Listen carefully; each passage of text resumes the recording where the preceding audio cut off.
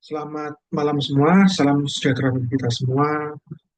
Sebenarnya bukan malam ya, ini lebih ke arah sore, karena ini udah jam 5 sore. Sedangkan saya sendiri waktu membuat video ini masih di kisaran jam 11 malam. Ya, pertama-tama saya mohon maaf, kita nggak bisa hadir secara langsung menggunakan media Zoom, karena hari ini saya ada acara buka. Nah, maka dari itu untuk perkuliahan hari ini kita menggunakan media YouTube. Tapi ini tidak menutup diskusi, misalnya ada hal-hal yang ingin teman-teman bahas ataupun yang ingin ditanyakan, silahkan bisa menggunakan grup WA. Ya. Nah, hari ini adalah mata kuliah legal drafting atau perancangan hukum yang kemarin kita sudah membahas cukup panjang lebar, di mana saya juga sempat memberikan tugas. Nah, di pertemuan yang terakhir ini sebelum Lebaran, saya akan melanjutkan lagi materinya supaya teman-teman bisa lebih paham. Saya akan share screen ya.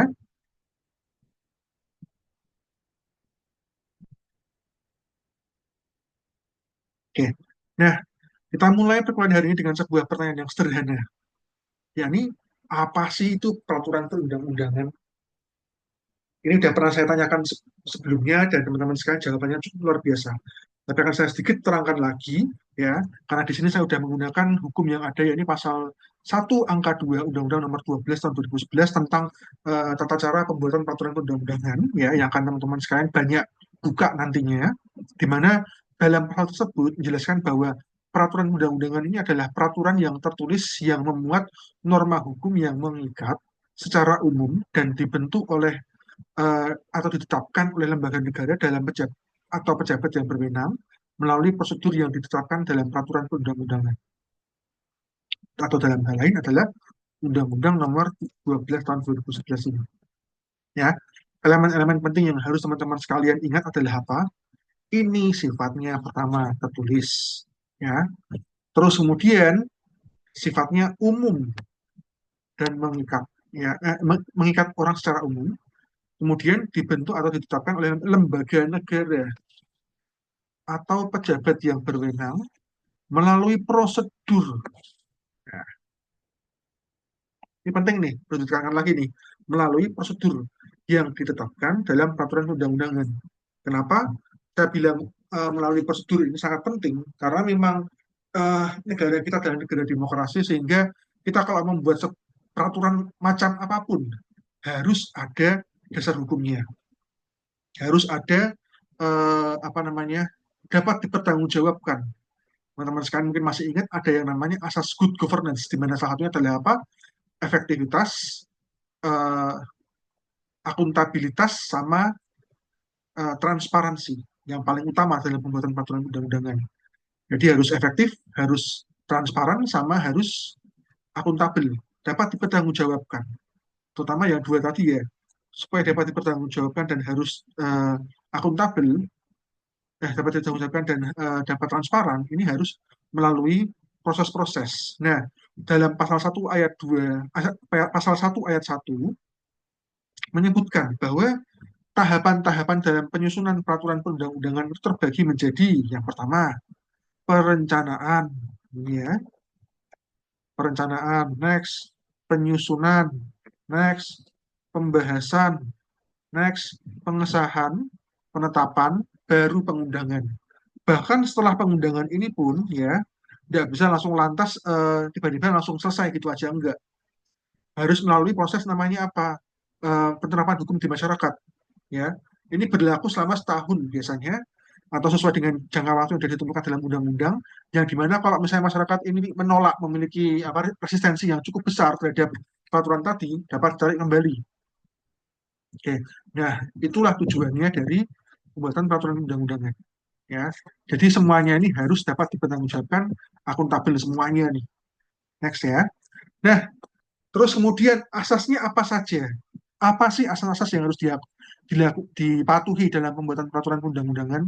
Ada banyak, yakni ada 7. Pertama, tujuannya harus harus jelas. Kedua, kelembagaan atau pejabat yang membuat ini, yang membentuk ini harus tepat. Nggak bisa sembarangan, ya orangnya harus ini. Sambil contoh, misalnya undang-undang. Undang-undang yang membuat adalah apa? Presiden bersama dengan DPR. Kalau salah satu yang buat, bukan undang-undang namanya. Kalau presiden doang berarti namanya Perpu, peraturan pemerintah pengganti undang-undang. Kalau sama DPR jadi undang-undang. Kalau DPR doang nggak bisa, itu perpres kali. Apa? Itu mungkin PP ya, peraturan pemerintah mungkin bisa. Nah, kira-kira seperti itu ya. Terus kemudian kesesuaian antara jenis, hierarki, dan materi muatan. Jadi materi muatan dalam peraturan undang-undangan ini harus sesuai dengan hierarkinya. Jenisnya apa, materinya apa. Sambil contoh, kita kalau bicara mengenai undang-undang ya dia sifatnya lebih ke arah hal yang sifatnya ini universal dan lebih tinggi sehingga eh, apa ya syarat dengan nilai sekali lagi. Begitupun dengan yang lebih tinggi lagi, undang-undang dasar misalnya, dia syarat dengan yang namanya nilai, ya. Terus semakin ke bawah maka akan semakin sifatnya bersifat praktis ya atau teori apa namanya praktikal seperti itu. Misalnya mungkin PP atau peraturan pemerintah.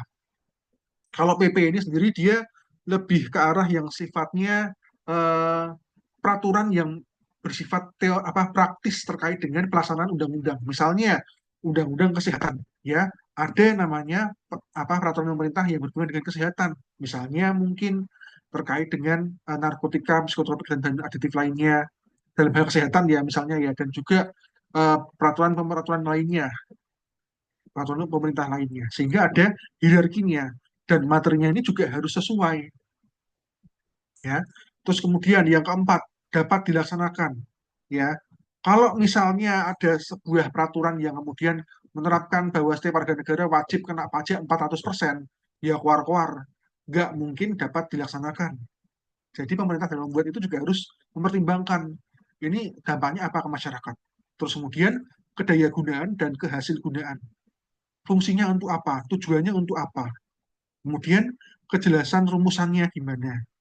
Ya, dan yang paling penting yang terakhir nomor 7 adalah apa? Keterbukaan. Nah, menurut kalian sudah sesuai belum sih? Kalau saya sih, saya juga bingung ya. Kalau dibilang sesuai ya monggo, kalau enggak ya saya masih belum tahu. Nanti akan kita bahas sebentar lagi terkait dengan masalah apa sih yang jadi masalah. Jadi kita harus perhatikan. Oke, next ya. Nah, terus setelah kita tahu apa aja asas-asasnya, terus kemudian apa saja tahapan-tahapannya, yang mulai dari perencanaan, penyusunan, pembahasan, pengesahan, penetapan. Oh iya, ini juga nih, pengesahan dan penetapan bedanya apa? Kalau pengesahan itu, kalau dia udah di ini, tanda tangani, ya. Kalau penetapan itu, dia udah disahkan. Kalau pengesahan dia udah disahkan, kalau penetapan itu dia udah diundangkan. Ini yang kita bahas. Oke. Nah, selain pembahasan dari semua itu, yang selanjutnya adalah apa? Terkait dengan momentum. Jadi dalam membuat peraturan undang-undangan itu yang juga nggak kalah penting yang harus diperhatikan adalah apa? Bahwa dalam membuat peraturan undang-undangan itu kita harus memperhatikan momentumnya. Karena terkadang suatu peraturan undang-undangan yang muncul kalau momentumnya nggak pas dapat memunculkan disens apa ketidakpuasan pada masyarakat. Ya, mungkin maksudnya bagus, tapi ketika muncul di saat masyarakat ini sedang membutuhkan aturan yang lebih penting, ya akhirnya malah membuat masyarakat jadi tidak mau atau kecewa. Contohnya ya, misalnya yang korteks, kondisi ekonomi sedang semberawut, tiba-tiba muncul korteks. Sehingga masyarakat jadi capek, bingung, masalah. Sebenarnya padahal kalau kita lihat, korteks ini baik bagi sistem perpajakan Indonesia. Cuman masyarakat membutuhkan apa? Yang namanya lapangan pekerjaan. Karena kita masih dilanda badai unemployment atau badai pengangguran. Seritek bangkrut, ini ada 1,3 juta orang yang PNS-nya masih belum ada kejelasan dan macam-macam ya. Dah, kalau kita bicara mengenai momentum ini ada 4. Yang pertama, momentum yang ideal ya. Yang ini juga berpegang pada nilai 3 nilai fundamental yang berkaitan dengan nilai filsafat kita, yakni berkaitan dengan unsur kemanusiaan, segala sesuatu yang berharga atau berguna bagi aktivitas manusia, terus juga nilai kerohanian, kebenaran, kebaikan, dan keagamaan. Ini yang sifatnya masih abstrak ya. Terus juga momentum aspiratif. Jadi bahwa pada dasarnya peraturan undang-undangan yang kemudian menjadi undang-undang ini, ya, peraturan undang-undangan ini yang dimunculkan memang benar-benar dia adalah hasil aspirasi masyarakat. Apa yang masyarakat inginkan, apa yang masyarakat butuhkan. Itulah momentum aspiratif. Ada lagi momentum normatif. Nah, ini apa pentingnya apa? Harus ada kepastian hukum. Jangan sampai ada sebuah norma yang sifatnya kabur atau sumir, ya. Sehingga dalam membuat peraturan undang-undangan ini nggak boleh cepat, ya. Karena kita bicara mengenai sebuah aturan yang akan diterapkan pada masyarakat seluruh Indonesia. Sehingga memang harus ada kejelasan yang pasti dalam pembuatannya. Terus juga momentum teknisnya. Ya ini yang nanti banyak akan kita bahas terkait dengan teknis-teknis pembuatannya. Ya, oke, next. Nah, teman-teman sekalian masih ingat dan saya akan sedikit jelaskan lagi. Ada yang namanya teorinya Stephen Ball teori. Ya, oke. Teman-teman sekalian mungkin agak lupa, tapi yang namanya Stephen Ball teori adalah teori yang dikeluarkan oleh Hans Kelsen bahwa setiap peraturan undang-undangan itu punya hierarki berupa nilai, asas, norma, baru perilaku. Ya. Nah, kalau nilai ini ya tentu saja adalah ideologi kita. Ya. Ini adalah yang mau kita capai atau bahasa kerennya adalah Grundnorm. Terus kemudian asas ini adalah eh, bagaimana cara kita untuk mencapai ideologi tadi atau asas tadi, nilai tadi. Dalam hal ini adalah apa? Undang-Undang Dasar 1945. Baru di bawahnya ada yang namanya norma atau apa? Undang-Undang Kewarganegaraan.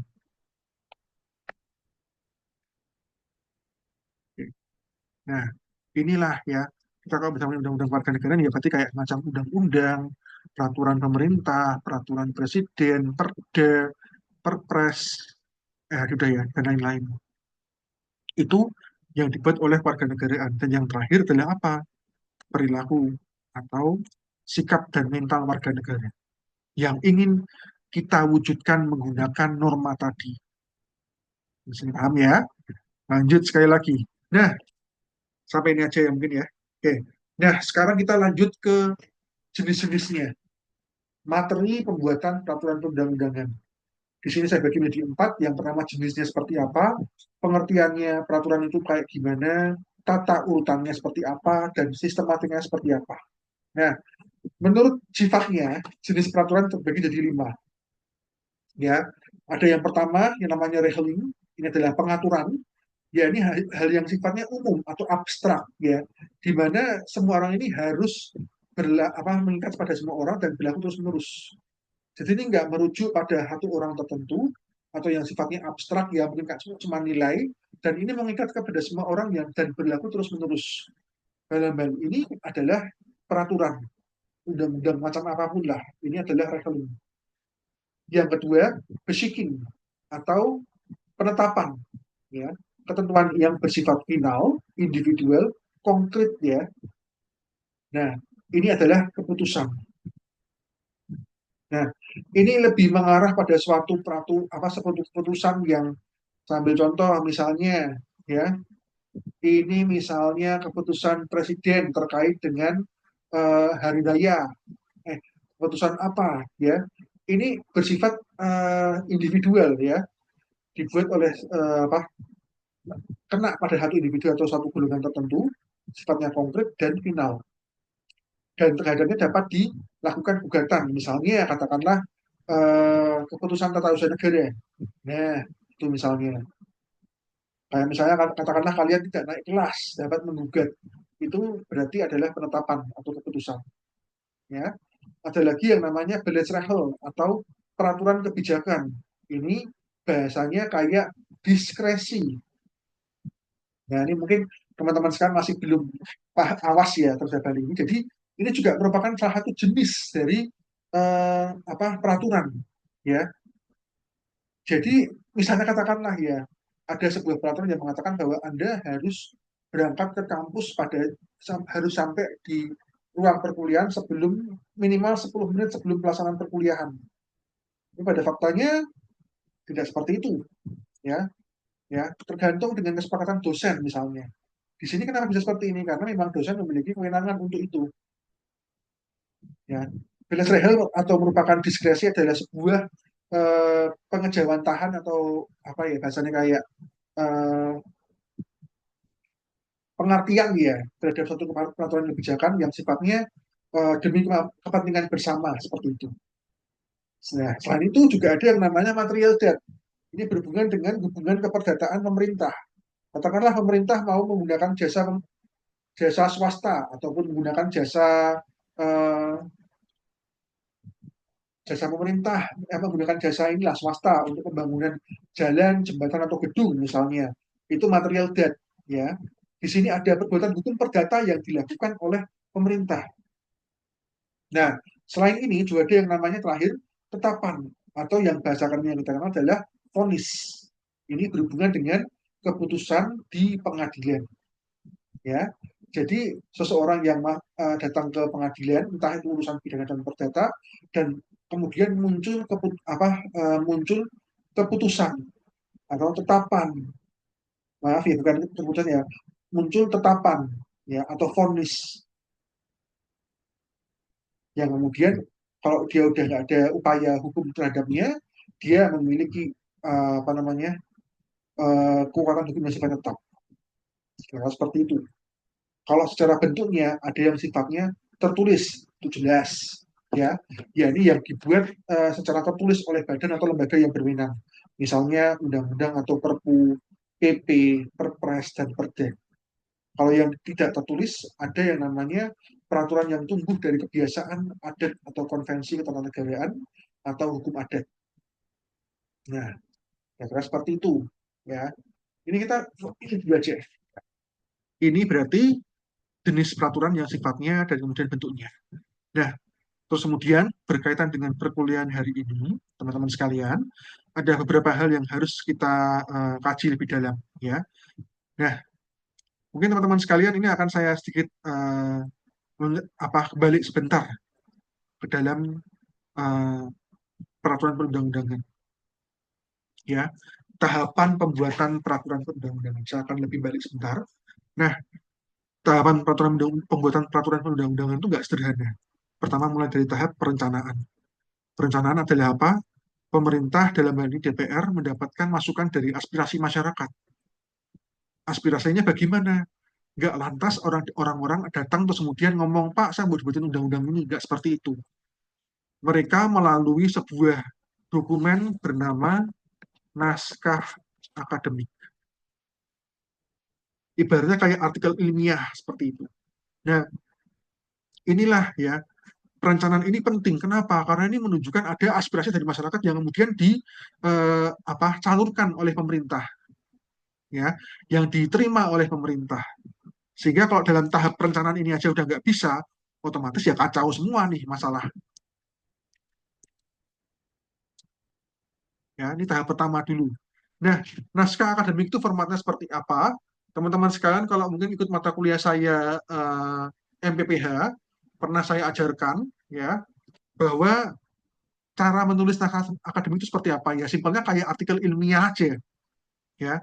Cuman di sini diajukan kepada DPR sebagai bahan kajian untuk pembuatan peraturan perundang-undangan. Nah, setelah perencanaan, lanjut ke tahap penyusunan. Misalnya dalam perencanaan tadi, eh Pak DPR, kita memerlukan adanya undang-undang ini misalnya. Oke, baiklah dimasukkan ke dalam apa namanya? Bentar.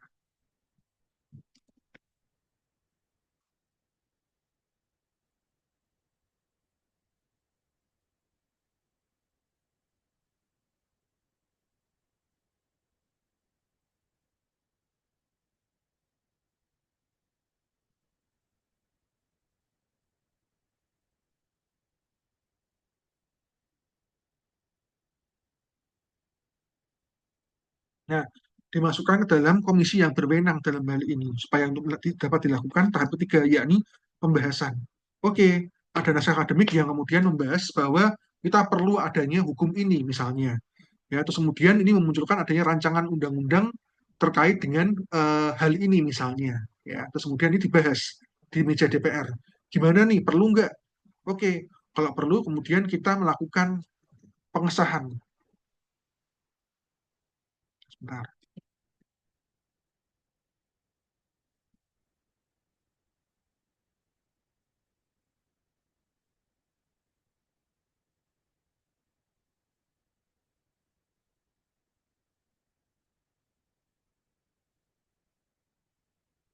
Nah, terus kemudian dilakukan pengesahan.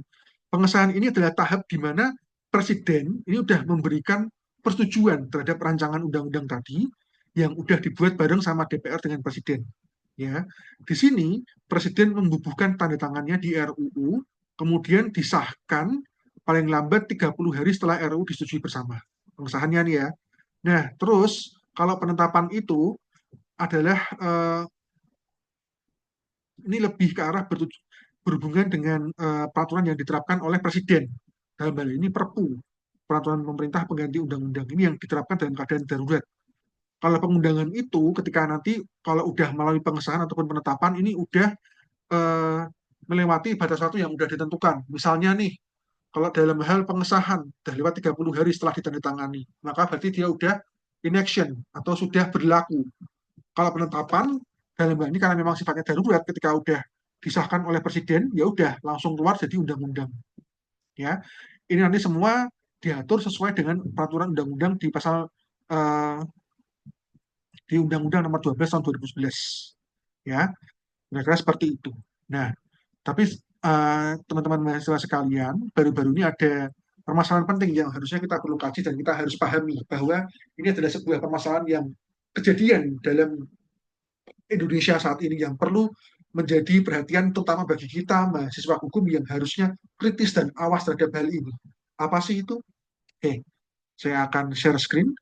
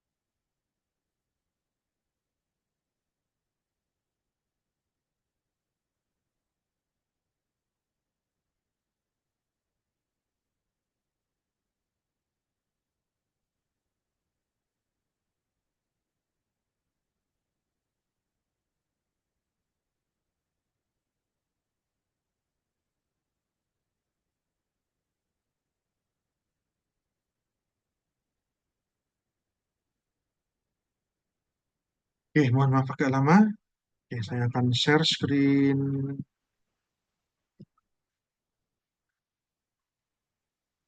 Nah, ini sebenarnya baru kejadian hari Sabtu kemarin malam daripada keributan di sebuah hotel di mana ada beberapa anggota kontras datang ke sana dan ternyata di hotel tersebut telah dilakukan sebuah rapat pembahasan terkait dengan yang namanya revisi Undang-Undang TNI. Oke. Nah, di sini kalian bisa baca di ini ya websitenya Hukum Online. Ini cukup menarik banget. Kenapa? Karena kalau kita bicara mengenai Undang-Undang TNI, kita mungkin masih ingat banget ya, mungkin terutama yang udah tua-tua di sini tentang zamannya Orde Baru. Kita ingat bahwa di zaman itu terus kemudian ada reformasi yang dituntut pertama oleh masyarakat adalah apa? Penghapusan sebuah sistem bernama dwi fungsi ABRI. Saya masih ingat waktu itu saya masih kecil, masih SD, tapi di situ saya juga masih belum mengerti kenapa masyarakat pada menolak. Dan belakangan setelah saya dewasa, saya mempelajari hukum, saya baru tahu betapa ini memang cukup berbahaya. Kenapa? Karena memang kalau seperti ini, kalau misalnya apa namanya TNI diberikan kewenangan untuk dapat masuk ke dalam ranah sipil, dalam hal ini bisa menjadi pejabat, maka eh, akan memunculkan lagi horor di mana ada dua fungsi ABRI, ya. ini sangat berbahaya, kalau saya boleh bilang.